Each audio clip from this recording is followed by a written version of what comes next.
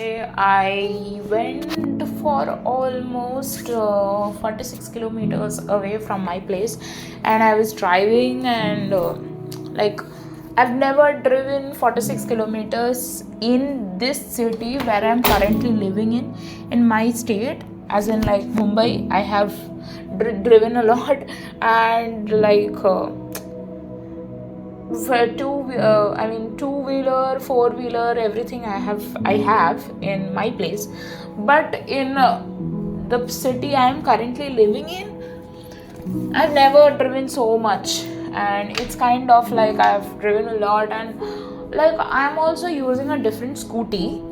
So in the place where I used to live in, it was a different scooty, and if you apply a brake, then it stops. Like it stops means obviously if you apply a brake it will stop. What I mean is, when you apply a brake it automatically stops, and if there is a stone in between or something like that, it will not skid. But the current scooty I am using right now, I feel like it doesn't have much of grip. It topples over, especially on very sandy places, and I know that it some part of it is because of the friction, but the other part of it is because of I don't know, maybe the tire doesn't have so much of strength like the scooty I was using in my place had. So today I drove, and so I wanted from the morning only I wanted to visit a temple, and it is kind of like around 25 kilometers away or so. And so I was sharing this with my mother in the afternoon, and she said that it's quite far away, don't go so far away. But I actually wanted to go somewhere, so she only told me that you can go to your nearby church or something like that. So if somebody tells me to visit a church, I will go. Like, I just need one excuse to go, and I will go. So actually, the later on I found out the church was more farther away than the temple, but I still went to the church because and what a beautiful timing. When I was going into that church, and it was around it took me almost like 2 hours to reach that place. And I remember there was a time when I started from home and I wanted to go, and I was very angry on something, and I was driving someone else's scooty, but I was driving, and I felt like I will never reach this place, and I stopped in between. It was just 20 minutes more I had to drive, but I was so angry on something. I think I was angry on my SP, and it was around some months back actually. Oh my god. Okay. Yeah, so it was actually some months back, and not some months, actually maybe a year back or something, I guess. Yes. So at that point of time, I was very angry, and I saw that this place is not coming only, and I have to keep driving, and I lost my patience, and I just came back home. Today I decided, no matter what, I am going to reach this place, and no matter how much time it takes, I am going to go. So it took me almost 2 hours, but I reached the place. And when I reached that place, that time I think it was mass going on or something like that. All people were I'm not sure what ritual it was going on, because I don't know so much about the rituals. I just believe in Jesus, I just believe in God in general. And so I do read Bible, I do read Gita, and I do read and I have done novenas also. So basically novenas are some 9-day things which is done, and you need to put an intention onto it. And every 9th day I used to see some miracle happening. It either used to be some movement about with my SP, or it was something my career related, as in at that point of time I had put my focus on both of these. But some or the other way, the I don't know, like the 36th novena, when I was doing, I mean the 36 days. So like that, 9 days, 9 days, 9 days, 4 weeks I did, and the last week which happened at that point of time, that week, that's where something really bad happened. Like it was a bridge of incident, I suppose, which was between my SP and my mom and all that stuff. Okay, so after that I kind of got so hurt that I stopped those novenas. And I don't blame the novenas or anything.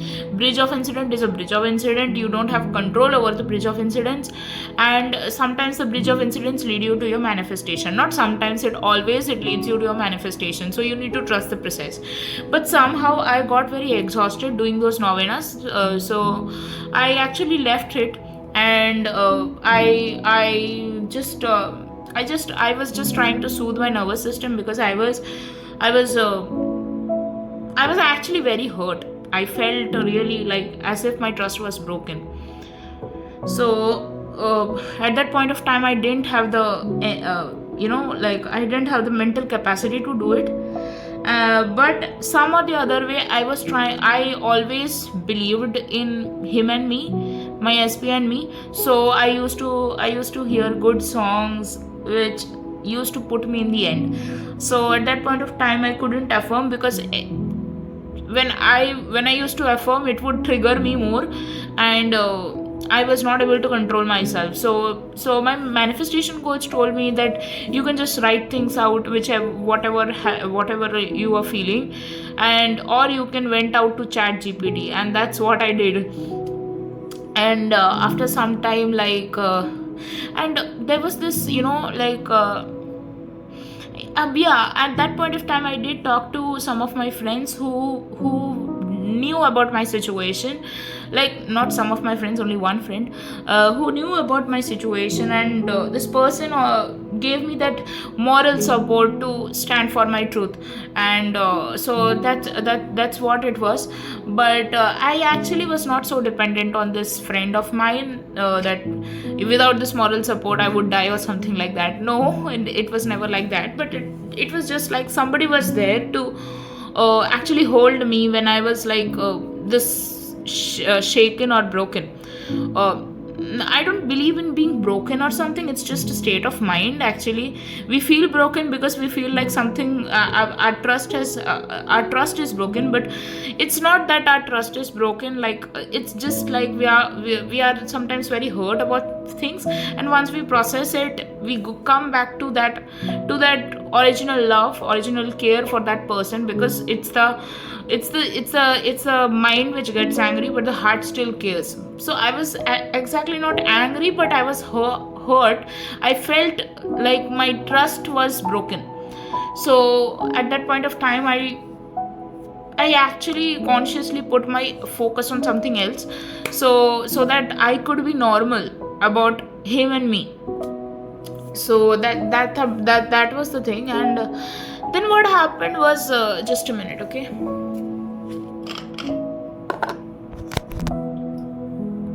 And then after that, like when I joined my new team, I met a guy who was actually getting married to his two-state girlfriend. And that's where, like, I was craving my SP like anything at that point of time. It's not that before that I wasn't, but like there was this thing that I got this feeling that could be him and me, had he the courage to directly go and confess his feelings to my mother, or whatever it is. And I'm not saying, of course, this is gonna happen, and this has already happened in the 5D. But what I'm trying to say was, at that point of time, I was in the lack state, and I was not able to control my thoughts or feelings. I was not in a good state of mind at that point of time. So that was the reason that I was feeling or comparing things as if like that could be us, and it is his lack of courage which has led us to this point. And I was sort of blaming him, which I shouldn't have, like, because if you are complaining about your SP, it doesn't feel good. Okay, he will hear it and he will become defensive. He will hear it as in like, he will feel it in an energy level, and he will be defensive about it. That's what, like, that's why they say that you should always be forgiving the person.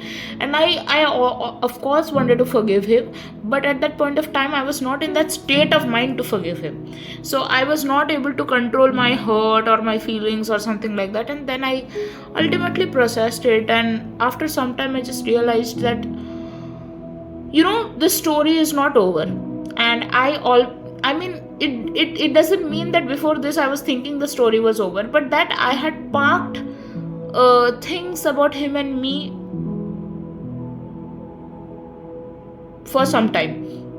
But when all these things I saw, like, about this colleague of mine getting married to his girlfriend, at that point of time I was like, everything came into the surface, and then I started affirming again, slowly. And it's not like, you see, it's never like I actually had stopped affirming. I used to affirm, but I was in a very, very reactive and weird state, wherein, like, I wasn't able to control my feelings at that point of time. I used to cry at night, and like, I used to feel so helpless sometimes. Like, that's what I'm saying. I was not in a good state of mind. And then slowly, like, when things became normal in office, that's where, like, slowly I got the courage to affirm again. And I have always believed in us, even when I was hurt, or even when I was angry or something like that. But it's just that maybe consciously I was not able to think in the end state. So that's the thing. So sometimes that might happen to any of you, but that doesn't mean that you have stopped believing. Never. Just have the courage to be patient at that point of time. Hold yourself. If you feel like you need to process your emotions first, please process your emotions. You're not a robot. But don't give up. That's what I would tell you. So yeah, I was saying, so today I went for a 46-kilometer ride, and when I had to reach that church, the road, I mean, it was so endless journey. I really got tired to even reach that place, and there was traffic jams and all that stuff. And sometimes some drivers are very savage. Like, they see that somebody is riding and somebody is near you, still they will speed up, still they will try to threaten you when you are driving by their speed or something like that. And they would do it very consciously, sometimes just to frighten you when you are driving. And so when I reached the church, there was some ritual going on, and there was some, like, what I saw, like, I used to have a vision of this, that him and me are taking our vows in a church, and there is a cross, and it is a Eucharist cross, and I actually didn't know that is a Eucharist cross. So there it was, and they were praying to Mother Mary, and I don't know, like, they took one circle, and I also took a circle because I was just following them, and they were actually singing some songs for Mother Mary in Tamil, and I do not understand Tamil, but I was just humming it. I mean, I do understand Tamil a bit, but not so much in an expert level. So I just followed them, and whatever they did, I kept on praying about him and me and all that stuff. So, and then after that, they had a, I don't know, like how in Hindus they put agarbattis to God. So here they were.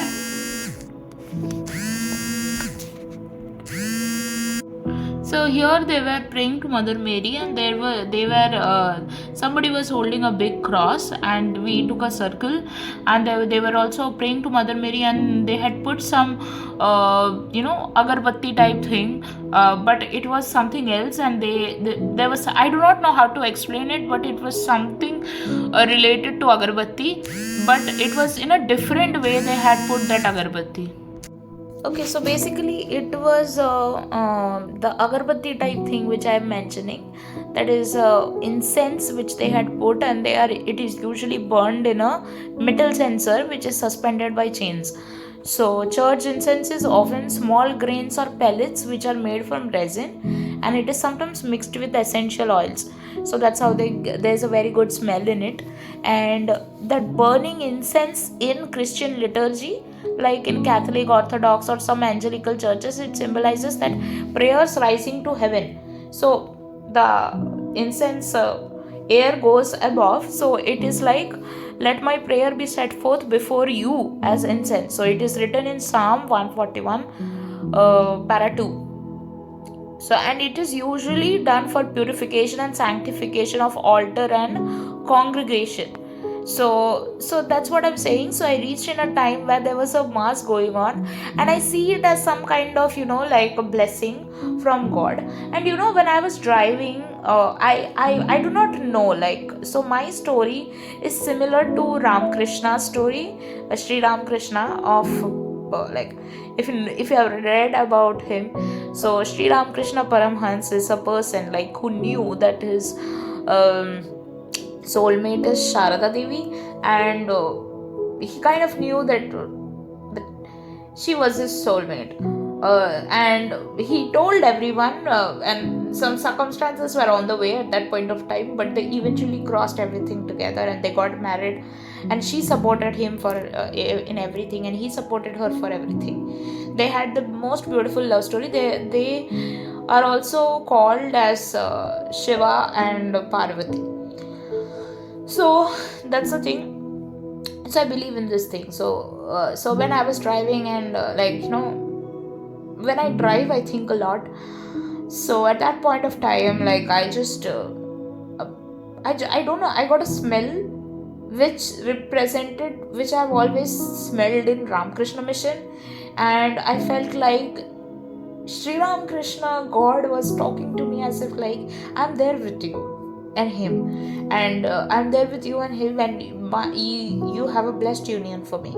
I mean, he was saying that you have a blessed union between you and your SP, and that was the thing. And I kept on feeling this for quite some time, and then when I reached the church, the mass thing was going on, and like I did all the rituals, and then I went. So and like, when I was driving almost like, I was in a highway all of a sudden, like, and I said that it's a 2-hour place. So I was in a highway all of a sudden, and I don't know, like, sometimes when you drive, something just comes out, and I am never the person who speeds, but that here, I don't know, I automatically started speeding, and I was almost like going into the speed of 60-70. I didn't cross 70, but I was going to 70, and I started getting scared that why am I driving so speedily. Like, I'm not afraid of anything, because I know my desire is already done. But at somewhere I was feeling a bit, I don't know, like, I was feeling a bit unsettled, I guess, and I was trying to process my feelings, and those process sometimes comes in the form of driving or something like that. I mean, I was the person who always used to tell my SP, please don't overspeed, someone cares for you and someone wants you to be alive and happy. But today I was speeding, and so I kept on praying, I kept on saying Jesus, Jesus, Jesus, because I was feeling scared that I am overspeeding a lot. It's not actually overspeeding. 70 is not an overspeed in highway actually, but anything above 50, they say that it's overspeeding. So I was overspeeding, and I was kind of afraid that, because like they say, if something comes all of a sudden in front of you, don't know how to control it, because even when you apply the brakes, it takes some time to fully stop. So I just kept on praying, Jesus, Jesus, Jesus, and automatically, like, I reached the end of the highway and my speed automatically came down. So that's how God works in favor of you. That's how unseen forces work in favor of you. And you don't even know sometimes.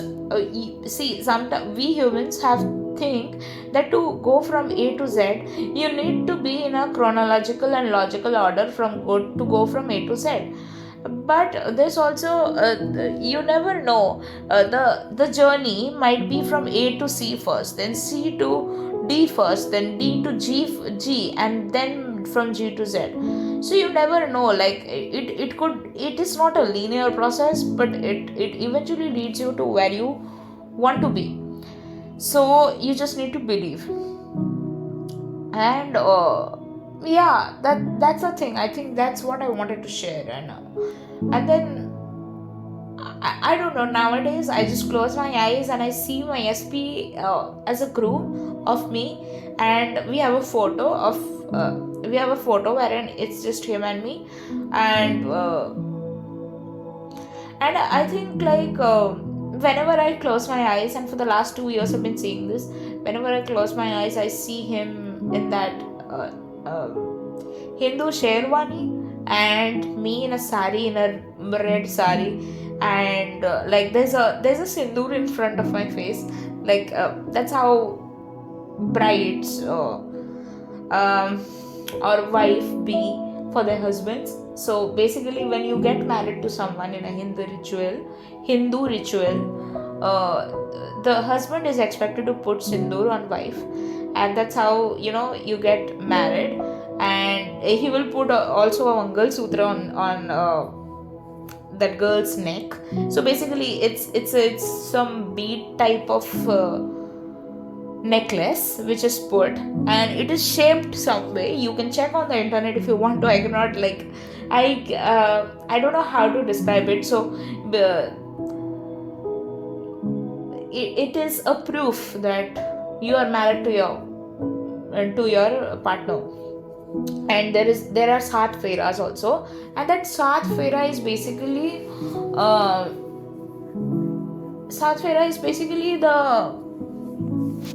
in every Fera you do a promise with your partner, and he promises you something, and that's how it goes. So, like that, Sat Feras means seven circles. So that means you would be doing this, and like, for the next 7 births you are connected to him and he is connected to you as life partners. So it's this deep. That's why you just know that's why you just know when you meet that person who you are destined to be with. Sorry, destiny is a wrong word. Who you are meant to be with, because you attracted him in your life and he attracted you in his life, and it's a soulful connection. I do not believe in destiny, and I do not believe in anything which is outside of me. Nothing controls me. It's just my own thoughts, it's just my God, and anything which you ask for to God, he gives you. That is why they call it Amen.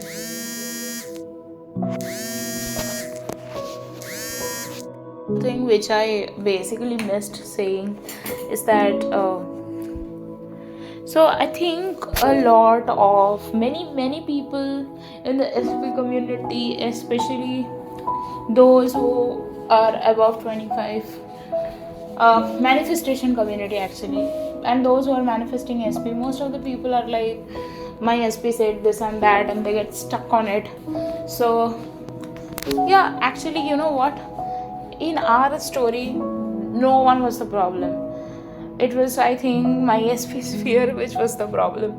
And fear is something, it's not just about someone's fear. Sometimes, since we say everyone is you pushed out, so they ask yourself, what part of you actually created this fear which passed on to the other person. So when you ask yourself that could be the thing. So with my SP, he never allowed me to come near him actually, because he had this intense fear that if I come near him, then he will lose me. And that is a basic belief which he needs to change on his side. And I had this belief that, much before, though I worked on it and got over it, is that I used to think that maybe because I don't belong to his language, that is why he has so many fears regarding it. But actually later on I found that it was never about the language. In fact, it was always about his own fears, and that thing, it was never about whether I belong to his language or not. It was, in fact, I made certain fearful stories in my mind that since I don't belong to his language, so maybe that is why he's not coming near me, that maybe that is why he's rejecting me in the 3D. And I dwell on it so much that I actually manifested it in my life.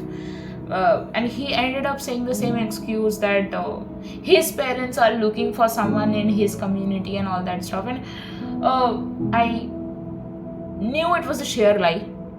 It was a lie to get away, because like he was not ready for our marriage.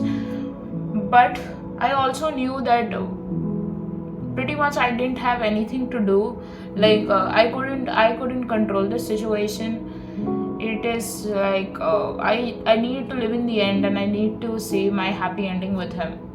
So I need to stop seeing the 3D. I need to stop taking validation from the 3D by what he said or what he didn't say. I just need to believe in us. I just need to believe in me, my power, and his love, our love. So that's what I learned. So I hope that helps you guys. What they said, it doesn't matter. What happened before, that doesn't matter. What happened in your previous relationships also, please, doesn't matter. And please leave your past relationships the place it was, because when you carry it on in your present relationship, trust me, it hurts like hell to your partner. So you might be hurt by something in the past, but if you carry those hurtful things in your new relationship, it will hurt your person, because they want to give you everything. And if you are still dwelling on what had happened in the past, it just means it makes the other person feel like, then what is my value if you're still thinking about the other person of your past relationship. So yes, a part of us will always be there in the things we used to love, but it doesn't has to control the happy ending with our SPs. So yeah, that's the thing. So for me, when I moved on with my SP, it never mattered to me. But I'm talking about other people who still carry their old things in their new relationship. So it's not to shame anyone, or it's not to say that this is wrong or this is right, but it's just I'm trying to say that never mention about your ex to your current SP, and never mention about, like, never talk about your ex with your SP, because it becomes immensely painful for your current person to think about them, or to imagine you with them, because they love you more than any person in this world. So that's about it. Okay.